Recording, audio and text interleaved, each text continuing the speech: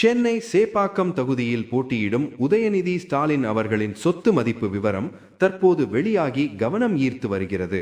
தமிழகத்தில் வரவிருக்கும் சட்டப்பேரவை தேர்தலை முன்னிட்டு வேட்புமனு தாக்கல் பணிகள் இறுதிக்கட்டத்தை எட்டியுள்ளன. இன்னும் 2 நாட்கள் மட்டுமே உள்ள நிலையில் வேட்பாளர்கள் தீவிரமாக செயல்பட்டு வருகின்றனர்.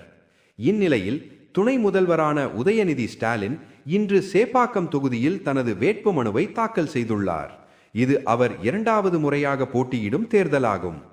அவரின் சொத்து விவரங்களை பார்க்கும்போது அசையும் சொத்துக்கள் ரூபாய் 12.92 கோடி என்றும் அசையா சொத்துக்கள் ரூபாய் 7.72 கோடி என்றும் குறிப்பிடப்பட்டுள்ளது.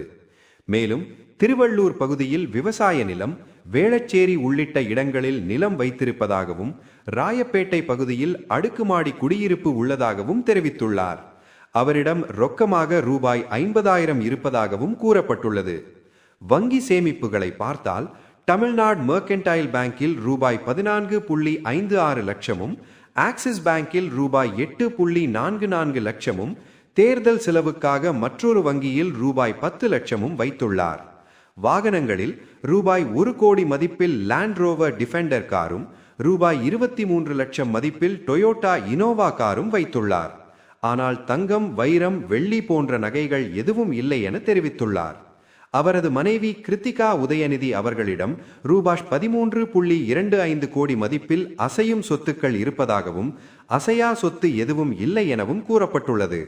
கையில் ரூபாய் 75,000 ரொக்கம் இருப்பதாகவும் கார் அல்லது பைக் எதுவும் இல்லை எனவும் தெரிவித்துள்ளார். ஆனால் அவரிடம் ரூபாய் 1.87 கோடி மதிப்பில் 1600 கிராம் தங்க நகைகள் இருப்பதும் குறிப்பிடப்பட்டுள்ளது.